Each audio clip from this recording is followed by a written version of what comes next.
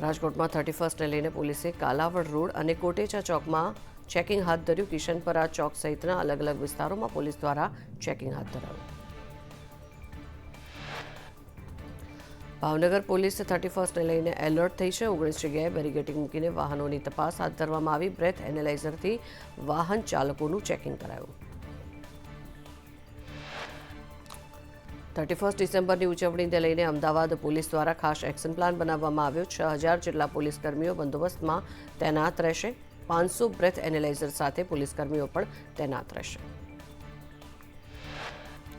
કોઈપણ પ્રકારના સ્ટન્ટ કરનાર સામે કાર્યવાહી કરવામાં આવશે. લિસ્ટેડ બુટલેગરો સામે વધુ કેસ કરવા માટે સૂચના અપાઈ છે. સીજી રોડ અને SG highway Sindhu Bhavan road પર પણ બંદોબસ્ત રહેશે. પાર્ટી પ્લોટ અને ક્લબના આયોજકો સાથે પોલીસ દ્વારા બેઠક કરવામાં આવી. 31 ડિસેમ્બરને લઈને સુરત પોલીસે સોશિયલ મીડિયા પર પણ ચેતવણી સંદેશ આપ્યા છે. અભી તો પાર્ટી શરૂ હુઈ હૈ એવું ન કહેવું પડે તેનું ધ્યાન રાખજો. પ્રિય સુરતીઓ, ધ્યાન રાખવા માટે સૂચના. 31 ડિસેમ્બરને લઈને શામળાજી અને રાજસ્થાન સરહદ પર પોલીસનું કડક ચેકિંગ. 29 ચેકપોસ્ટ પર વાહનોનું રાઉન્ડ ધ ક્લોક ચેકિંગ હાથ ધરવામાં આવ્યું. બીજા રાજ્યોના વાહનો પર પોલીસની બાજ નજર. 31ને લઈને ડાંગ પોલીસ એક્શનમાં આવી છે. સાપુતારામાં મહારાષ્ટ્રથી આવતા વાહનોમાં ચેકિંગ હાથ ધરાયું. બ્રેથ એનાલાઇઝર મશીનથી વાહન ચાલકોની પણ તપાસ હાથ ધરાઈ રહી છે.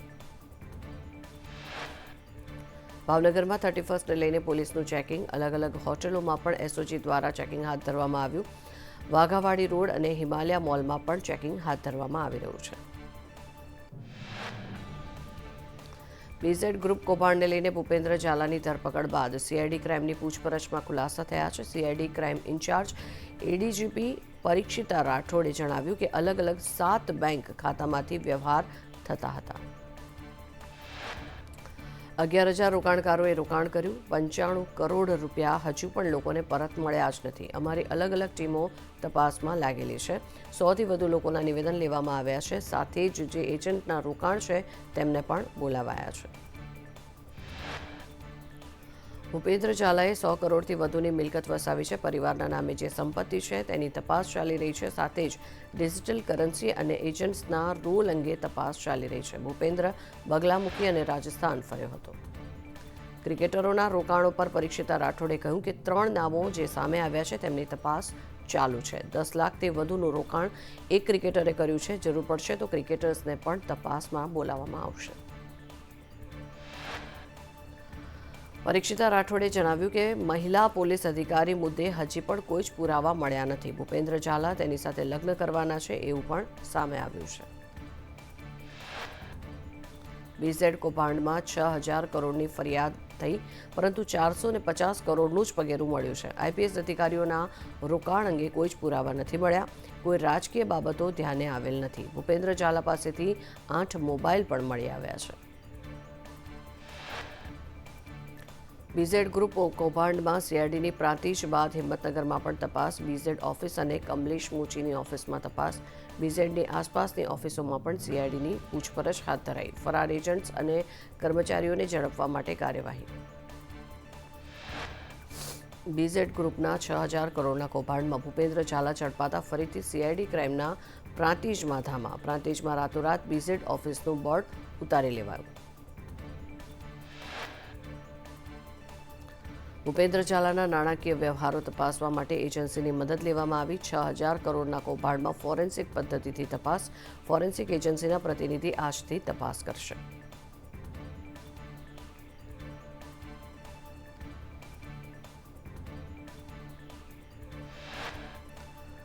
મુખ્યમંત્રી ભૂપેન્દ્ર પટેલની ગાંધીનગર બસ સ્ટેશનમાં સરપ્રાઇઝ વિઝિટ. સીએમએ બસ સ્ટેશનમાં પ્લેટફોર્મ અને સ્વચ્છતા બાબતે ચકાસણી કરી. બસ સ્ટેશનના વોશરૂમમાં પણ મુખ્યમંત્રીએ સ્વચ્છતા બાબતે ચકાસણી કરી. સ્વર્ણિમ સંકુલ 1માં થયેલા રિનોવેશનનું સીએમ દ્વારા નિરીક્ષણ કરવામાં આવ્યું. ભૂપેન્દ્ર પટેલ સીએમઓથી સીધા જ નિરીક્ષણ માટે પહોંચ્યા. સંકુલમાં 1 થી 3 માળના પેસેજ એરિયાને રિનોવેટ કરાયેલો છે. વિસાવદર પેટા ચૂંટણીનું રાજકારણ ગરમાયું. ભૂપત ભાયાણીના પૂર્વ ધારાસભ્ય હર્ષદ રીબડિયા પર પ્રહાર. કહ્યું, રીબડિયા બીજી પાર્ટી તરફ ઝૂકી રહ્યા છે. રીબડિયાની ખેલદિલી ઘટી રહી છે. રાષ્ટ્રીય શોક વચ્ચે ભાજપમાં ઉજવણીથી વિવાદ. વોર્ડ પ્રમુખની જાહેરાત થતાં ઉજવણી કરવામાં આવી. મણિનગરના એમએલએ અમૂલ ભટ્ટે ફટાકડા ફોડ્યા. અમૂલ ભટ્ટને ગરબે ઘૂમતો વિડીયો વાયરલ થયો. અમદાવાદમાં શોક વચ્ચે ભાજપની ઉજવણી મુદ્દે કોંગ્રેસના ભાજપ પર પ્રહાર. હેમાંગ રાવલે કહ્યું કે ભાજપના ધારાસભ્યની હાજરીમાં ફટાકડા ફોડાય છે. ગુજરાતમાં રાષ્ટ્રીય શોક મર્યાદિત હોય તેવું લાગે છે. વર્ષ 2025થી સુરત પોલીસ અપનાવશે કડકાઈ. ટ્રાફિક સહિતના નિયમોનું કડક પાલન કરવું પડશે. જાહેરમાં થૂંકનારા સામે પોલીસ ફરિયાદ દાખલ કરાશે. ધોરણ 1 થી 5માં શિક્ષકોની ભરતીમાં જગ્યા વધારવા માટે માંગ કરાઈ. સરકાર પાસે 10,000 જગ્યા વધારવા માટે ઉમેદવારોએ રજૂઆત કરી.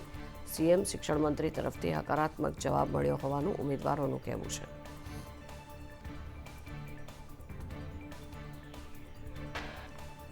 એડીઆરના વિશ્લેષણમાં ચંદ્રબાબુ નાયડુ સૌથી શ્રીમંત મુખ્યમંત્રી. સૌથી વધુ 931 કરોડની સંપત્તિ સાથે આંધ્રપ્રદેશના સીએમ નાયડુ નંબર 1 પર છે. તમામ મુખ્યમંત્રીઓની મિલકત મળીને કુલ 1630 કરોડ છે.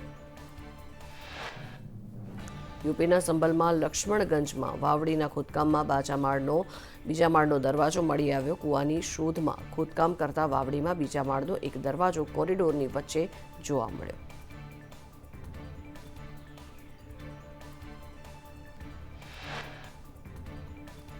ઇસરોએ અવકાશમાં ઇતિહાસ રચ્યો. સ્પેડેક્સ સફળતાપૂર્વક લોન્ચ કરનાર ભારત ચોથો દેશ બન્યો. ભારતીય સ્પેસ સ્ટેશનના નિર્માણ અને ચંદ્રયાન 4 મિશનની સફળતા નક્કી કરશે. આ જ કારણ છે કે આ લોન્ચિંગ ખૂબ જ મહત્વપૂર્ણ માનવામાં આવી રહ્યું છે. હવે 7 જાન્યુઆરીએ આ મિશનમાં બુલેટની ઝડપ કરતાં 10 ગણી વધુ ઝડપે અવકાશમાં મુસાફરી કરી રહેલા આ 2 અવકાશયાન જોડવામાં આવશે. જો આ મિશન સફળ થશે તો ભારત રશિયા, અમેરિકા અને ચીન પછી આવું કરનાર ચોથો દેશ બની જશે.